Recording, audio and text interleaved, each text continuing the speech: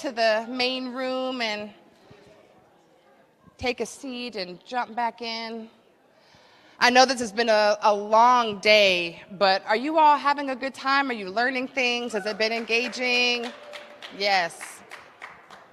I think especially given sort of where we are right now, the climate that we're all living in and trying to wrestle with on a daily basis, it's really a beautiful thing to come together and have an amazing, diverse group of folks from all different sectors, community folks, research folks, education folks, practice policy folks, and everybody in between to kind of talk about flourishing in our communities. And I'm really, really excited that I get to moderate the next session, which is entitled Breaking Barriers, Challenges and Opportunities in Promoting Flourishing.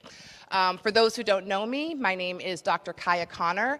I hold a couple of different roles here at the university. I am a professor and the Donald M. Henderson Endowed Chair in the School of Social Work.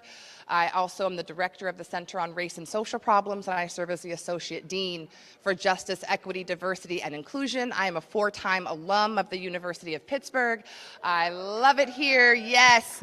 And just really excited that at a time when many universities are not talking about these important things, at a time when many universities are engaging in preemptive obedience and are not talking about the critical topics, we are here gathering to talk about things that are really important. And so that speaks a lot, yes, about our institution and what it means to be here at Pitt. And I'm really excited because we have a really esteemed and diverse group of panelists here with us today to share some of their experiences in flourishing and working in community from a range of different sectors. So you'll hear some different things here than maybe some of the other panelists that we've had earlier today. And we will be talking a bit about systemic barriers and talking a bit about challenges because we can't address the things that we don't fully understand. But again, this symposium is about more than just focusing on solutions. I mean, we are focusing on solutions, not just focusing on the barriers, not just focusing on the challenges. And I think the other thing I just wanted to mention before we jump into this conversation is how important it is for us to realize that we are all part of that solution. And that, right now we're talking a lot about the importance of advocacy and activism.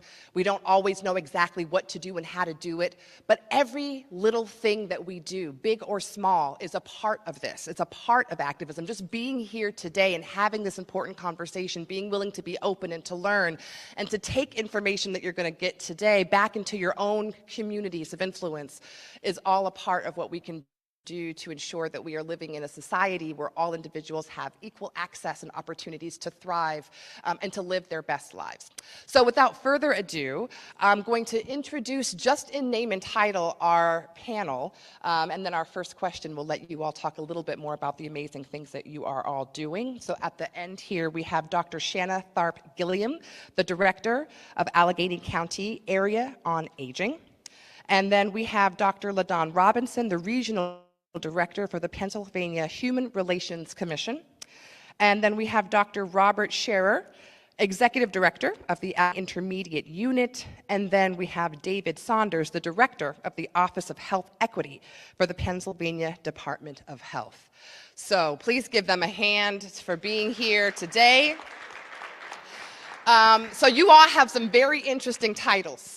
And I think we're all interested to learn a little bit more about exactly what it is that your offices do and also what your roles are within those offices. And maybe you could just start by telling us a little bit about that and then also connecting that to how your work intersects with communities thriving and flourishing.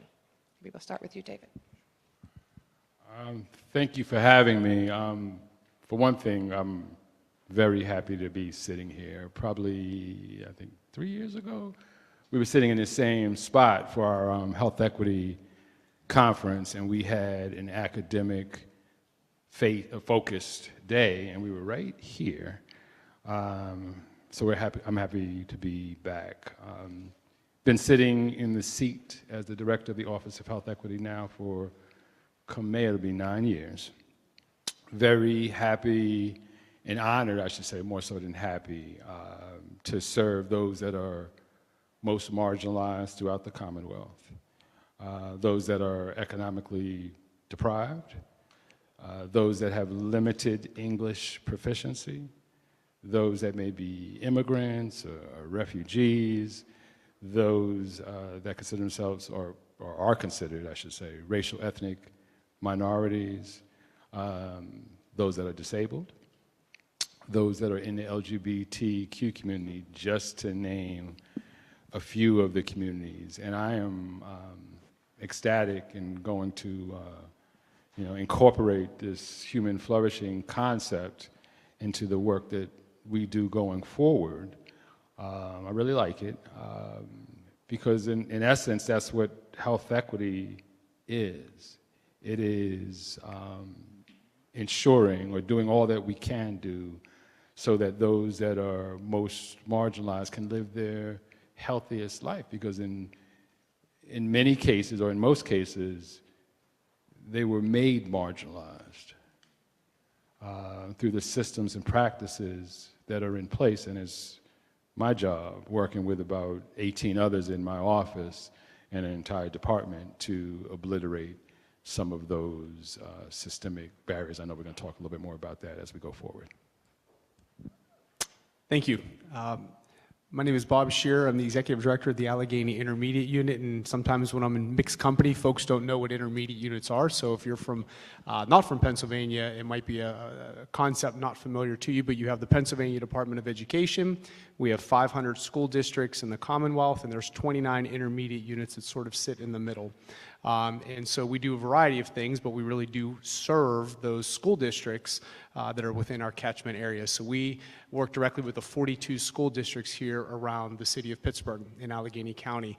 We're actually the largest in terms of the number of school districts and programs that we provide here in the area. So there's a wide array of things that we do. And prior to that, I was a superintendent, I was a principal and a teacher here in the region. So I've been in public education for just about 30 years, all here in Western Pennsylvania.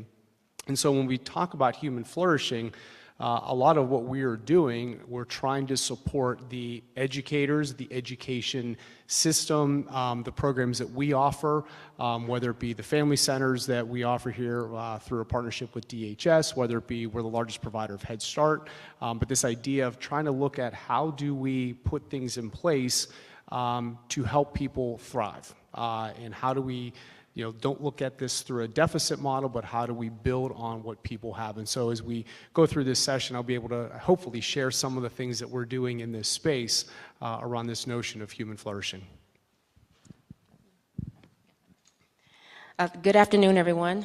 Thank you for allowing me time to hold space with you this afternoon. So I serve at the Pennsylvania Human Relations Commission. And the Commission is the Commonwealth's civil rights agency. We were founded in 1955. And this term of human flourishing is very new to me, so it was very informative for me as I understood the definition and the meaning and the takeaways. And as I thought about, well, what would the PHRC, what would be the impact on human flourishing? Our sole goal in existence is to ensure that people can live, work, and be educated without forms of discrimination. And so if, our backbone, it's to do investigations. And those investigations are neutral investigations to determine if indeed a person was discriminated against because of their protected class, because of their race, their gender, sex, because of their familial status, their religion, national origin. They have an ESA, a requested accommodation at a public facility, and that was denied. So for us, we go out into the communities and we bridge those gaps of misunderstanding and awareness to just ensure that people can live and work and go to school and enjoy the public facilities without being discriminated against. Good afternoon, everyone. As she said, my name is Shanna Tharp Gilliam, and I'm the administrator of the Allegheny County Area Agency on Aging. And also, because the AAA here in Allegheny County is under the auspice of Department of Human Services, I'm also a deputy director of Department of Human Services as well.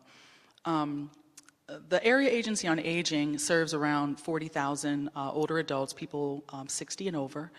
We have roughly 135 staff members, and we contract with approximately 80 partnering organizations and agencies.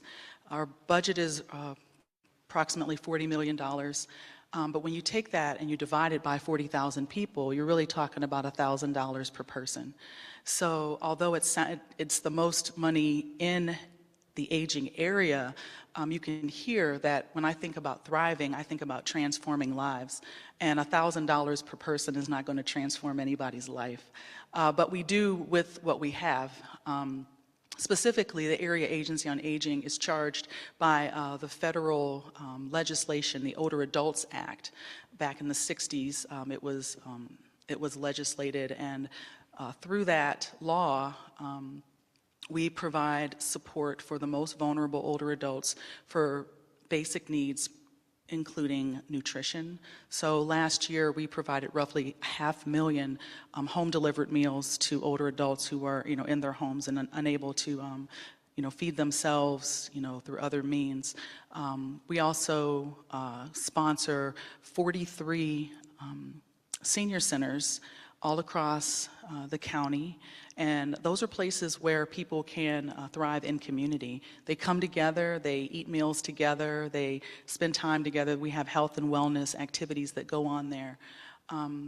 But also, I would be remiss if I didn't say that, as an administrator of a county agency, I really feel like it's critical for us to think about the thriving of our staff members. I have 135 staff, and it's important to me that they feel respected, that they feel appreciated, that they have opportunities to increase their education. Like, there's a benefit at the county that you can get reimbursement for furthering your education. It's important for me as an administrator to advocate for my staff for remote work options, for, reimbursement of education, for fair and equitable pay. So there are lots of places that I think government administrators play a role, not only in the services that we provide to the community, but even in-house with the staff members. So I hope also we get to talk about more, because there's so much more to say, but I'll leave it there for now.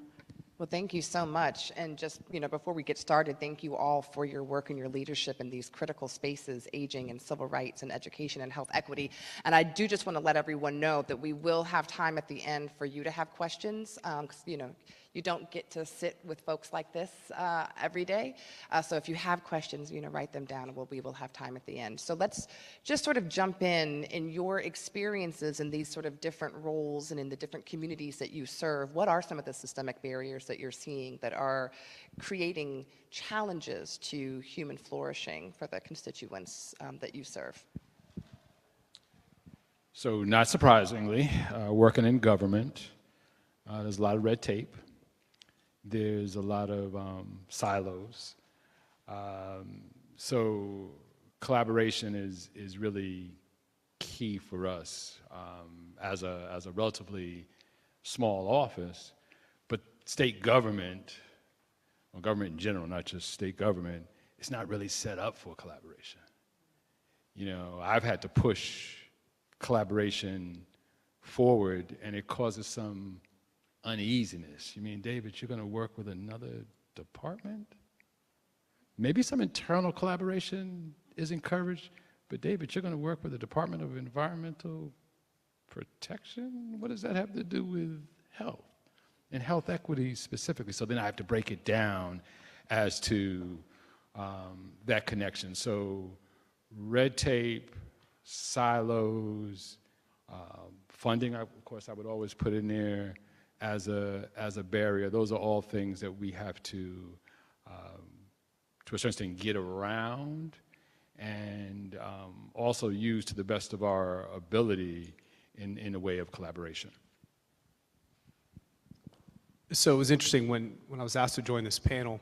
I look at our mission and our vision of the AIU, and it states that we're an educational community that advocates and advances equitable opportunities for every learner. So that's our mission. And our vision is that through that equitable access, all learners can achieve their full potential.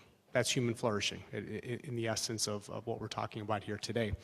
But when you think about education, it is interesting. So when you go back to sort of the industrial times when public education became a thing, education was organized really around two things. Careers, so how are we getting you ready to go into jobs, and how are we ensuring that you meet the academic achievement standards, whatever they may be. And what we've seen, I think, over the last decade or so in education is this idea of let's actually focus on the student, on the learner. What is it that they want to be and what do they want to become?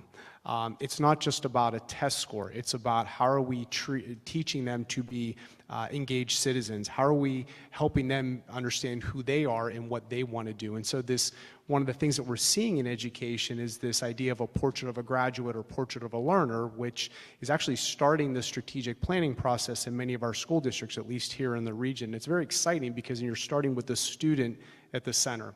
And so that's one of those things that we're seeing sort of scale up that's changing that paradigm of what traditional education looks like. And so that's exciting to see.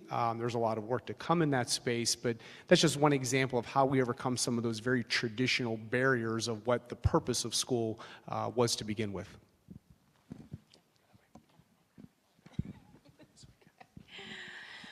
So great question, and as I was pondering this question, because I sometimes always feel like I'm the oddball, being with a civil rights agency. I said, so how can I fit this in? Because we're pretty straightforward, and for us, it's just discrimination. That's what we deal with, discrimination and biases. And it happens with policies and process and procedures. It happens with intent or with not intent. And what is challenging in this systemic discrimination with racism or ageism or sexism is educating people. Some folks are just, they're not aware that they're doing anything wrong. And some folks are aware. The challenge is proving that someone discriminated against them. It's more difficult than what people believe it to be. I know folks feel that they've been discriminated against, not saying that they were not, and perhaps the actions did occur, but it's evidence-based for us. We follow the evidence. We are neutral. We're not for the complainant. We're not for the respondent. We follow the evidence to determine if discrimination and we find probable cause. So that's what's a little bit challenging for us. So we go out in the communities to just bring awareness of who we are, what we do, and why. But for us, discrimination. So I've been in this role for 2 years, and I came to government from nonprofit, and many of us in this room are either in nonprofits or headed that way. And one thing about nonprofits is we are exceptionally resourceful. What I found was that typically when there is something that looks like a barrier, I always say, well, show it to me in the regs. And they never can. I've seen that's happened over and over and over again when I've said, hey, I think that we should, for example, have you thought about using this funding not just to pay our contracted providers, but what about reimbursing providers that our constituents find that can do the job? If we say we don't have enough workers and they can find someone to do it, why can't we just reimburse them? And well, we haven't really done, well, look in the reg. It doesn't say we can't do it. Let's do it. And that's what we've done. So, we were able, just that one illustration, we cut our wait list by 60% in the past 10 months. And we actually added 55 new direct care workers. And there's a direct care worker shortage across the country, but because we looked outside of the box and said, we're only using about 4% of the providers are contracted to do this work. There's 96% who are able to do this work who are just simply not in our contract process. Why don't we use them? So that's just one illustration where something that looked like a barrier actually wasn't a barrier, but because we are reading, reading's fundamental, guys. So if you read the reg and you're like, that doesn't actually say that, or it's been misinterpreted, you can actually find ways around it. So I've got more of those, but I'll leave it. Well, so we've talked about a few barriers, so let's change the conversation now to focusing on some solutions and strategies. Could you talk a little bit about something that has come out of your office or something that you've integrated into the work that you're doing, or even things that you're seeing in spaces in your community that seem to be helping to overcome or sort of mitigate some of these barriers and are, you know, working to help communities thrive and flourish? What can we learn from some of your experience? I've got one for that. Yeah, come on. So, I'm trying to see which one.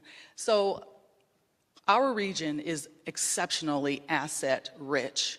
We've got many nonprofits. We've got folks who are embedded in communities, who our residents trust. Even when they don't trust government, they trust the nonprofit down the street because they're there when they need them. They know them by name.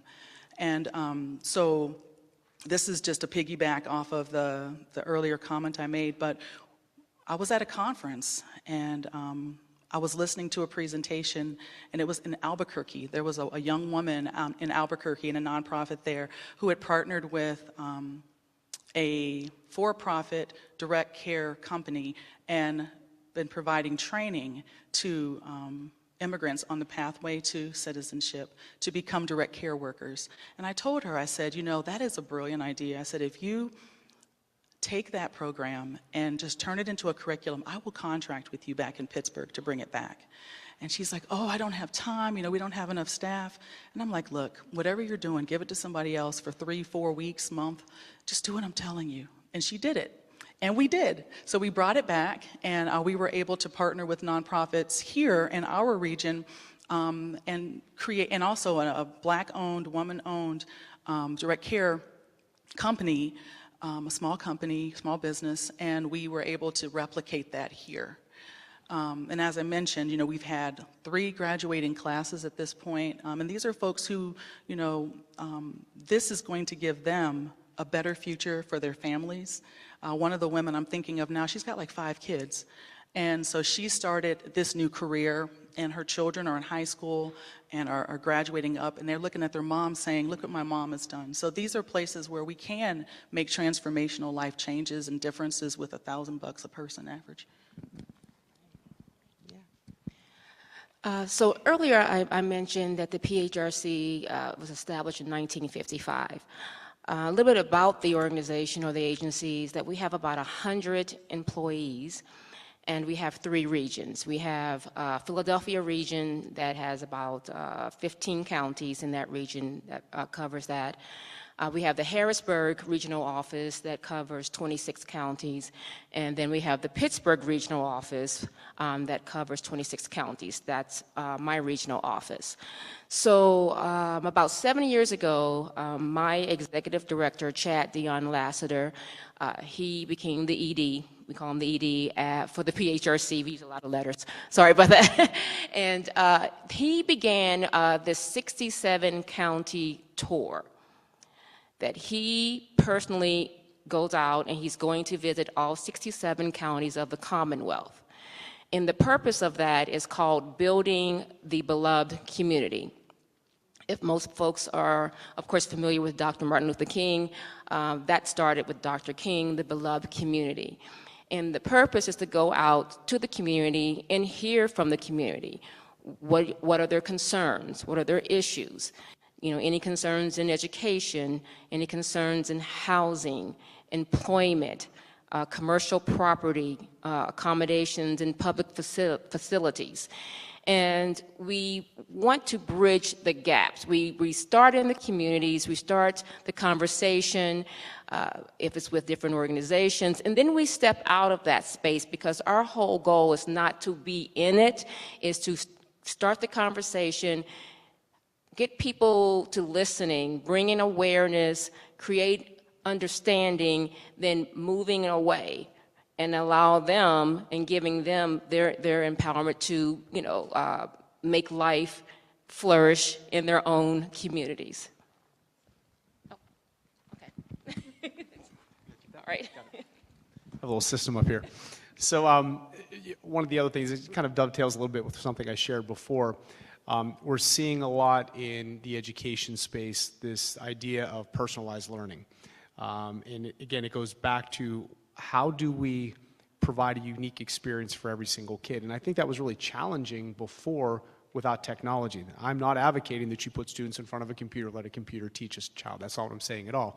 What I'm saying, though, is there are ways that you can make that much more effective and much more efficient when you're developing a playlist for a student, when you're thinking about experiences that that student can have. And I think there's a lot of power in this idea of personalized learning. And so we're really starting to see that start to take off, because when we have conversations in our communities about that, it resonates with people. It makes sense.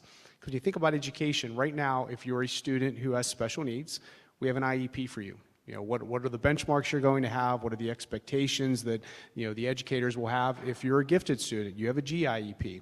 But this 80% in the middle doesn't have anything. Well, why shouldn't all students, have their own individualized education plan? And so that's the mindset that we're trying to build, and we're starting to see, again, some traction in that space. So I think that's one of the areas where we're seeing taking this traditional barrier of what education looks like and starting to think it through a little bit differently, so that students have more agency, so that they have more of an ability to take their own learning into account as they go down that pathway. I have one more. Unless you have one. Yeah, okay. Yeah, please. Okay. Go ahead. So I talked about the silos and the red tape and all that good stuff as a barrier, and that creates some, it's less agility. So you got to talk about nonprofit organizations. Of course, state government, you have less agility. I established the Pennsylvania Interagency Health Equity Team in 2017. We have 15 state agencies. We meet on a monthly basis.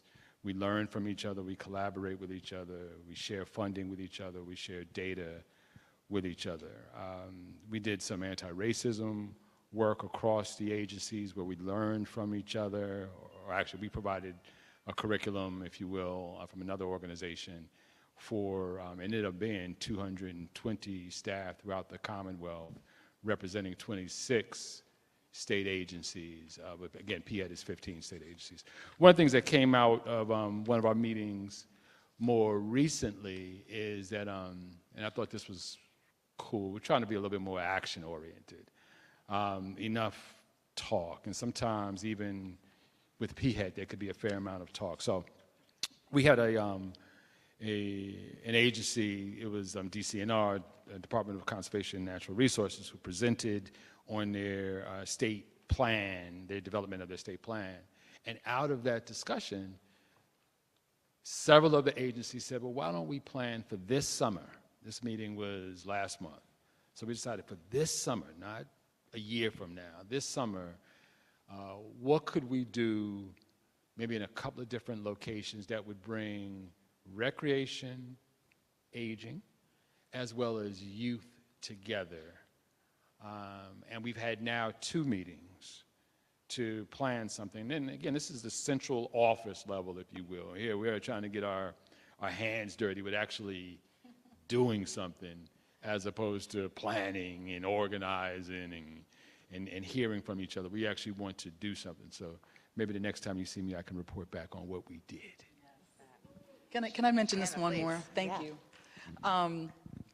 So we all hear about the housing insecurity situation. I don't know how many people, I want to know, how many people know that that older adults is the fastest growing population of unhoused? Do you guys know that? Okay, good. That's good. That means the message is getting out. Yeah, it's increased at least 33% in the past couple of years, and it's only going to get worse. So we actually applied for federal funds. One thing that doesn't often happen at the county level is application to federal funds. Now, of course, things are a little squishy right now. I'm just using the word squishy as opposed to a profanity. But but the reality is that if you don't apply, you don't even have it as an option. And we were able to get HUD funding to do an emergency and transitional housing program specifically focused on older adults. So I'm excited about that innovation. And the part that I really wanted to mention was kind of piggybacking on what Dr. Saunders was saying. Saunders. I've seen him on Zoom like a million times. It's really nice to see his feet and everything. Everything, the whole thing. He has feet, everybody. But collaboration. So one of the things that we're just not great at DHS is really working together with community to build out solutions that, things are working. There are things that are working in communities that, like picking up sticks, rubbing them together and making a mansion. These organizations are doing this work. So what we did was we started out the process by pulling together like 30 different providers that would provide supportive services for older adults in situations where they need housing. So we brought folks together and basically said, how would you create this? And that's what we're doing.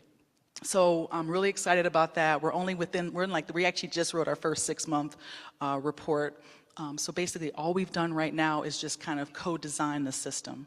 And we've found a location that we're going to be using, but I look forward to telling you more about that too. Thank you so much. These examples are really, really exciting. So, Shanna, you mentioned squishy with the government right now. I'm going to, ask a question that, kind of allows us to address in a way the elephant in the middle of the room. A lot of the work that we are doing centers issues that we're seeing in underrepresented, marginalized communities. Many of our organizations have, for a very long time, historically centered the importance of diversity, equity, and inclusion, and we are now being told that those are bad words that we shouldn't be talking about. I'm wondering if in any way you're able to talk about this, how this has impacted you, your organizations, the work that you're doing, but I guess importantly, how do we continue to center diverse communities to ensure that they are flourishing in times like this? Guess I can hit that one. So I guess one way we've always done it. So when I came back to the state of Pennsylvania, grew up in New York and was out on the West Coast where, of course, diversity and all that good stuff is pretty much more accepted. But coming here to a largely rural state, a largely European American Commonwealth, I knew I could not just and shouldn't just focus in on racial ethnic minorities. So we've always demonstrated intersectionality. You could be aging. I didn't mention aging as one of our groups that we focus in on. It is. You could be in rural Pennsylvania. Let's say you live in Fayette County. You could be an LGBTQ community. Could also be one of the few, there are, racial ethnic minority living in rural Pennsylvania. You could be all those things. We have a grant right now. Actually, we're going to be able to fund some of the folks here, Ron and Kaya, and to do some work for us. But one way that we've been able to do a lot of the work that we do is to demonstrate that we're serving pretty much everybody. I mean, so that, this one grant that we have focuses on a disability community. It focuses on rural Pennsylvania.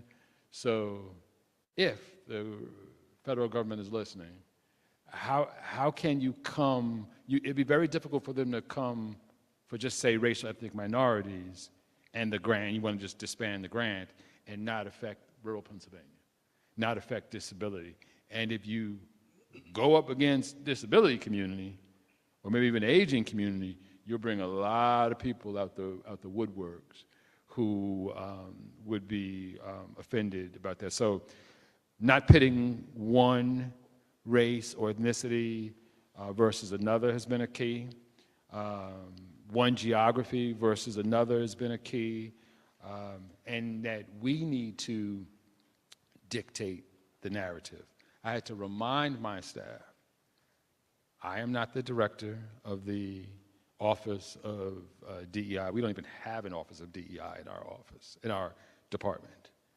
We don't do DEI work, but yes, obviously it's connected to DEI. But this is what we do. DEI typically, from my perspective, is a human resources oriented role. I know that's different depending upon which framework you're looking at. But I had to remind our folks, this is what we do. So back off. Anyone that would come for us, basically.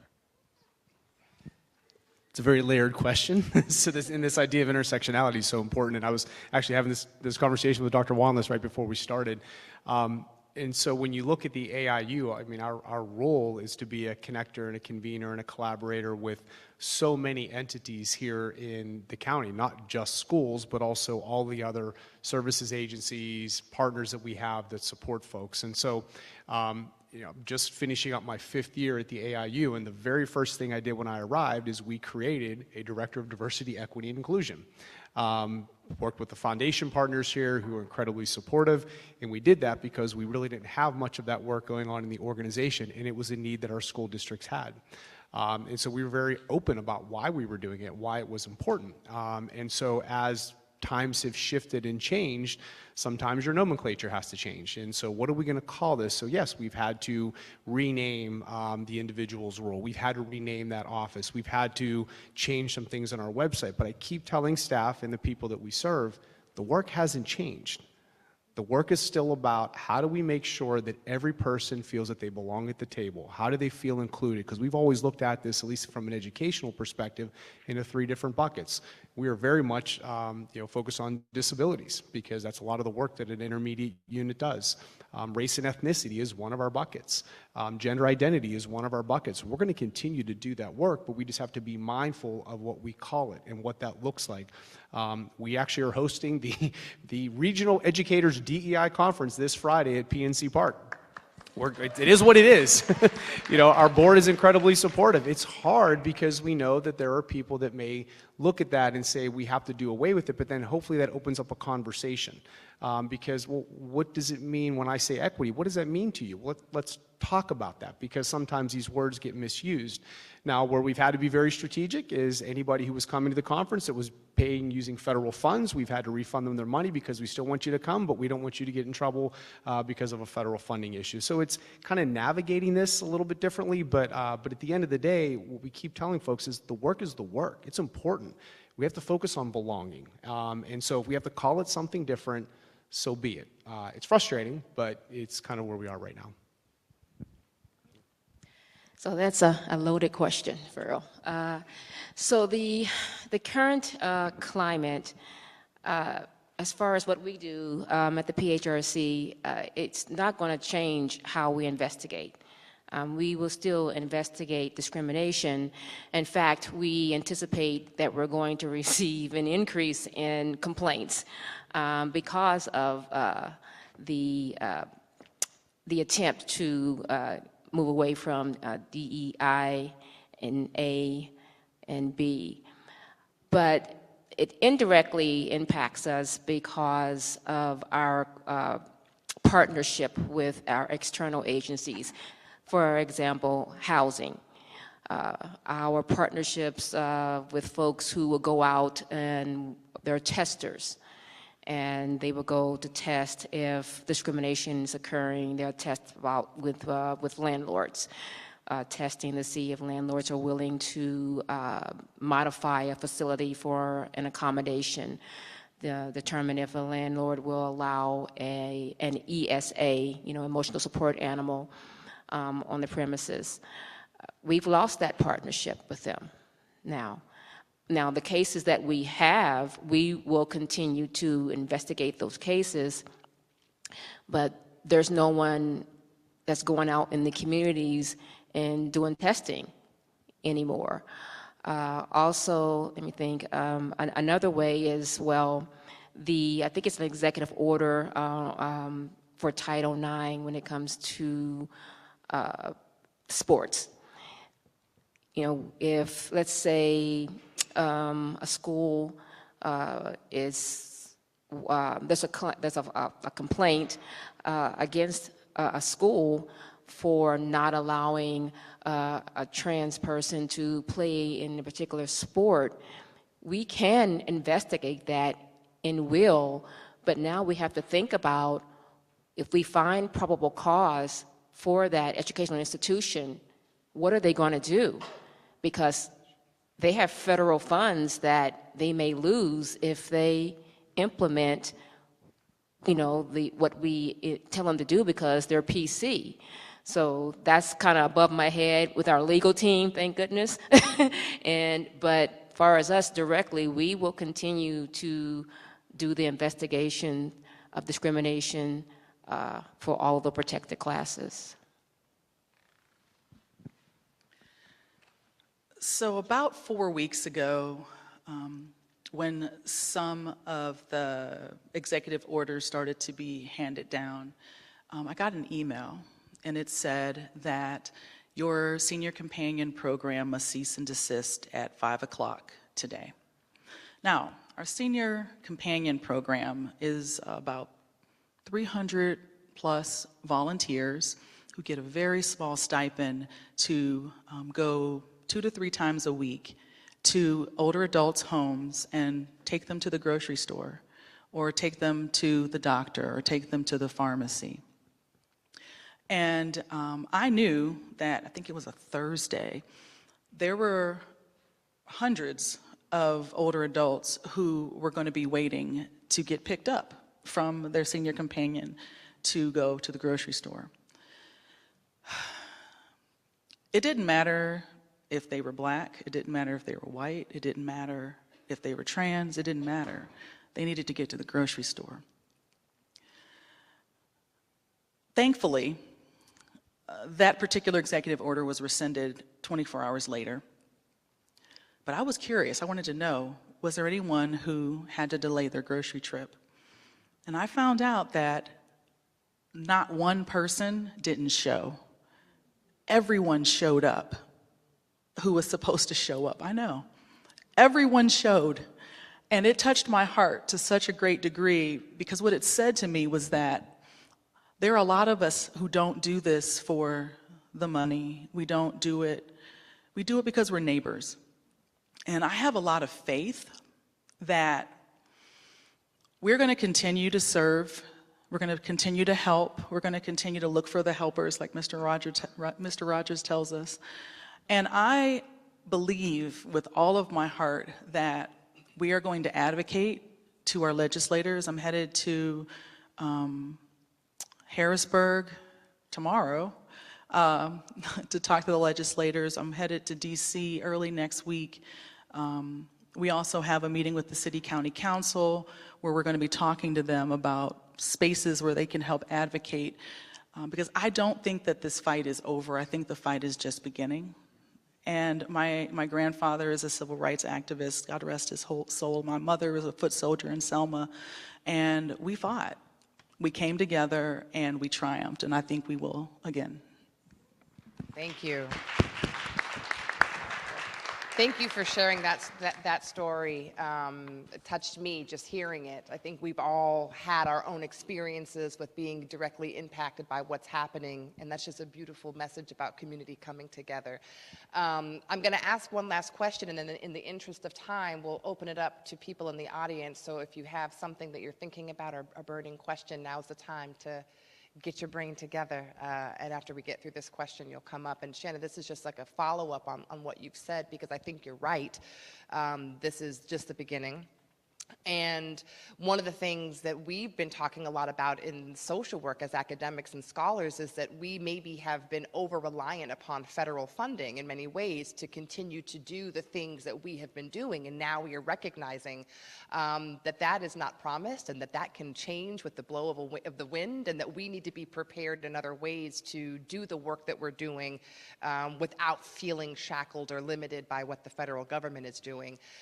The example that you just gave is a really great one, and this is, open for anyone who might have any thoughts about how else we could be working right now proactively to keep programs open, to keep doing the work that we're doing, other sort of creative approaches to doing this work in the absence of having federal funding support.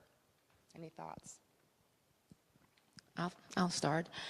So with the PHRC, for us, community engagement, we have advisory councils like Penn Hills Advisory Council, Beaver County Advisory Council, Indiana County Advisory Council. You can join an advisory council. The purpose of the council is to really be the eyes and the ears for each regional office.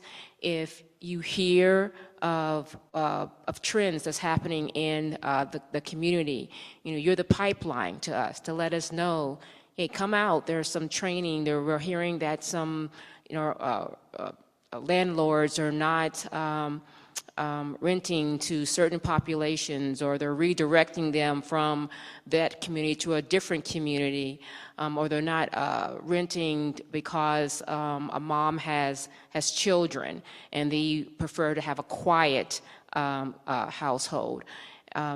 We also have what we call social justice ambassadors. That's one individual person per county that also is the pipeline to the regional office.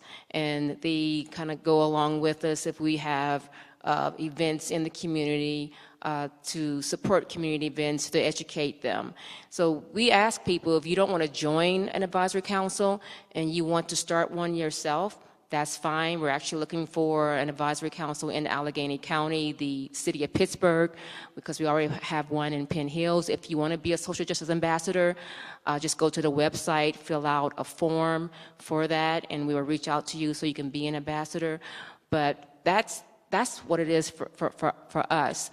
And just to also just kind of piggyback a little bit, we have a fair housing conference on April the 8th. Please show up, because that's a topic that we didn't think about, and we have it every year. About the I call it unhoused, or home insecurities, and I never thought about that population of our more seasoned folks. So that would be something that we would want to definitely embrace in the future. So, show of hands, who has ever heard of Remake Learning? Okay, you should all be raising your hands if you live here in Western Pennsylvania. So Remake Learning it's actually in its, almost 17th year at this point. And it's all about a learning ecosystem. So from an educational standpoint, it's bringing schools and school districts together with libraries and museums and businesses and other community partners and resources. And it's quite amazing because what it's all about is relationships, and we use this word collisions a lot, because when you know that funding isn't there or might not be there for something, how else can you build relationships with others and leverage one another? And there might be some funding that's out there.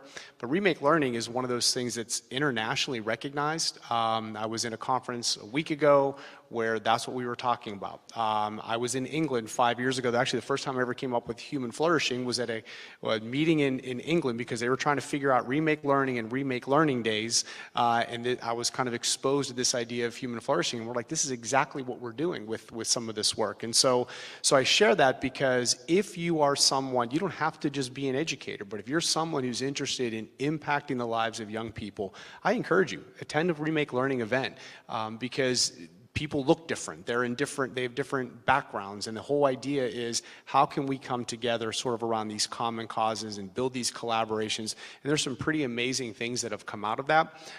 So I'll just share that, because those are the kinds of things that we look at sometimes when you have to bootstrap to figure out how can we make this happen.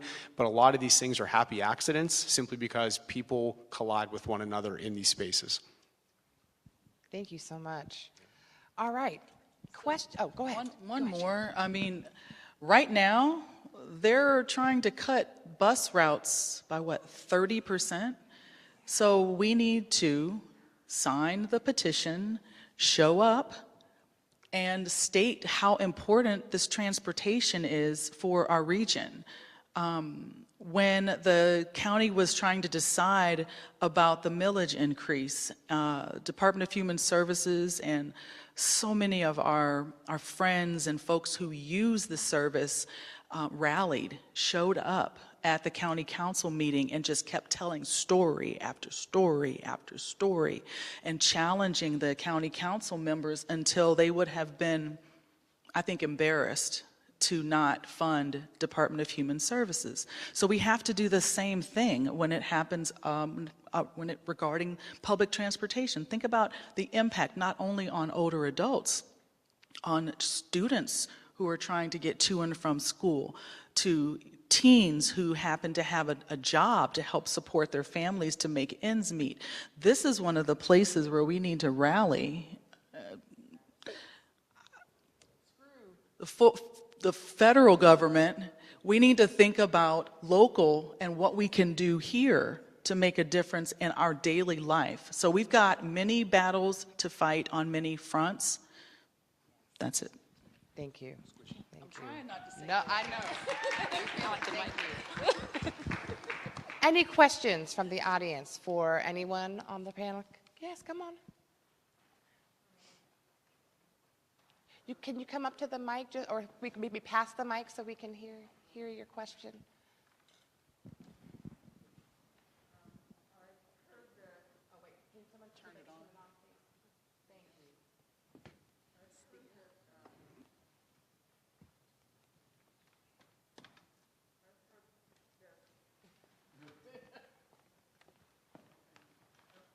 Federal government is drastically cutting civil rights enforcement mechanisms. And I'd like to ask Dr. Robinson about, do you anticipating more people coming to the state with civil rights complaints now that the federal government is not accommodating those? Thank you for that question. Great question. And the short answer is yes. In my regional office right now, we have about 1,100 complaints. And we fully anticipate, because of the restrictions that we have, that the federal government has placed on the EEOC, that people will come to the PHRC. Now, what's unique is that we have an agreement with the EEOC, because with the PHRC, you have 100 days to file after the alleged harm occurred. With the EEOC, you have 300. However, with our partnership with the EEOC, you can always dual file. What does that mean?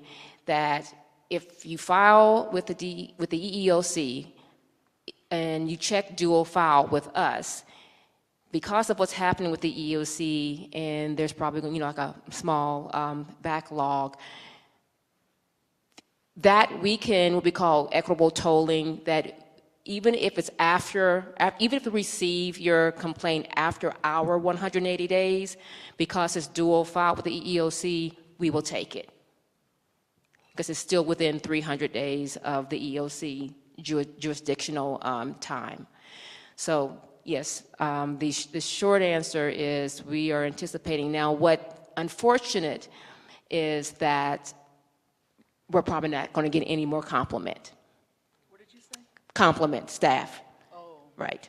I have about 10 investigators right now, and I probably need 20.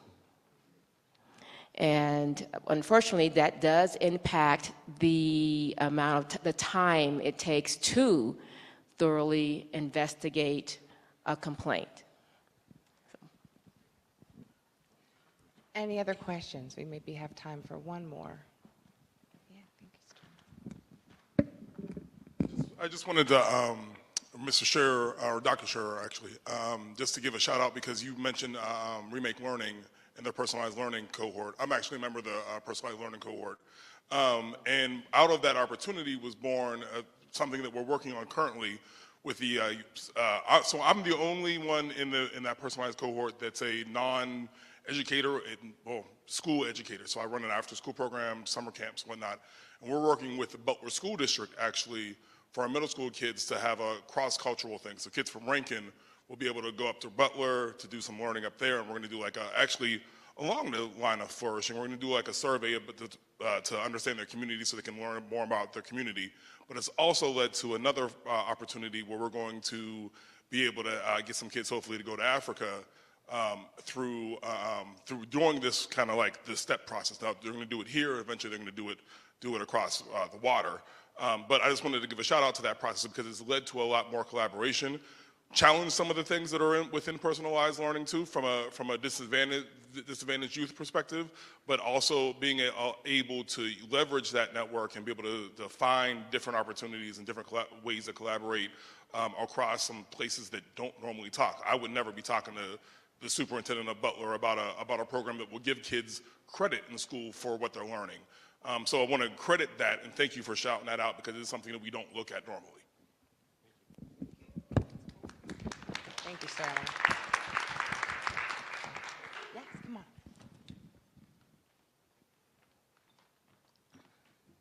I just want to thank all of you for coming here today because you gave a voice to our children as well as our elder population as well as our families.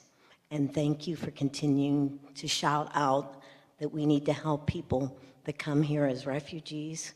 We need to help people find transportation in Pittsburgh, and we have to make sure the homeless find homes. Absolutely. Thank you. Well, so with that, we're getting close to the end of our time, but I think it would be great to just have one more time to go down the row here and just let our esteemed panel give us any last thoughts, final words, a call to action. What can we take with us from your own experiences that can help us continue to do this work? Thank you. I do want to say thank you for having me. Just a few. Collaborate is a key. Have a sense of urgency. These disparities that are in place now, to a large extent, have always been in place. So let's have a sense of urgency. Let's use the same language. What's DEI and what's human flourishing? Let's all speak from the same hymnal, if you will. And again, around that sense of urgency. Let's go. People are waiting for us. Try it. Don't wait around thinking about it. Just go. Let's go.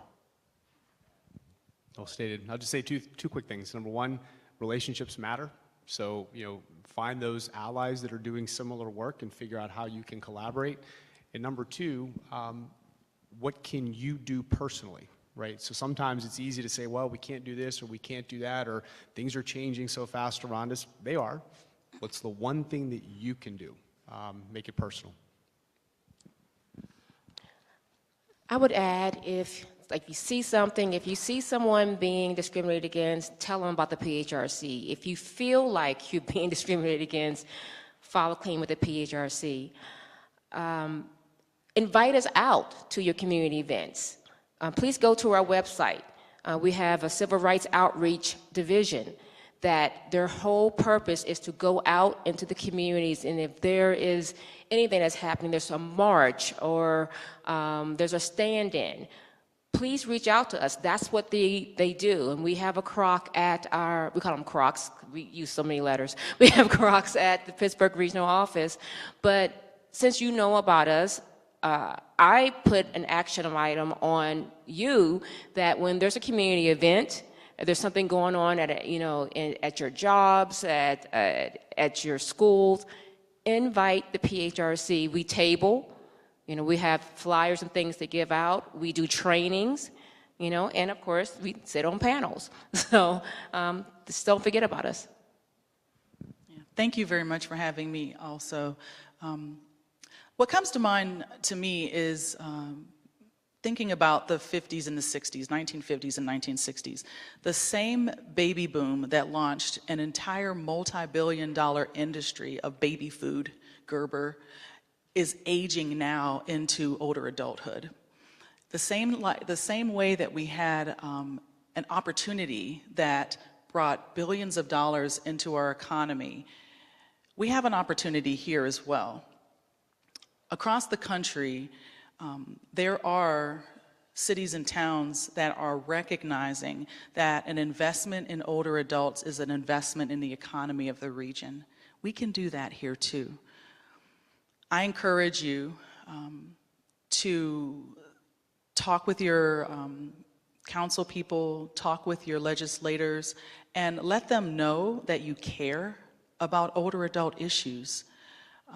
Even if you're in your 20s now, hopefully if you keep on living, like my grandpa said, he said, you just keep living, you'll be there eventually. And wouldn't you want to have a place where you could age with dignity in your own home with a community that loves you?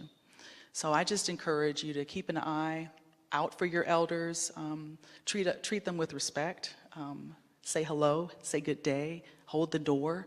It's little things that just help people to not become invisible as we become older that I think we can all do. Well, thank you all so much for your time, for being here. If we could give this wonderful panel a big round of applause. Thank you. For your work. It's been wonderful. And I hope that this was inspiring to me. I learned some things that I didn't know. I hope that you all did too. And what I take from what I heard from all of you today is to continue to be bold in the work that we do, to not be afraid, because there are communities that count on us to keep doing this work, that now is not the time to be silent, and that we need to work together, because together we're stronger, and we will get through this time, and our communities will get through it too. Thank you all so much for being here. Thank you, Dr. Carter.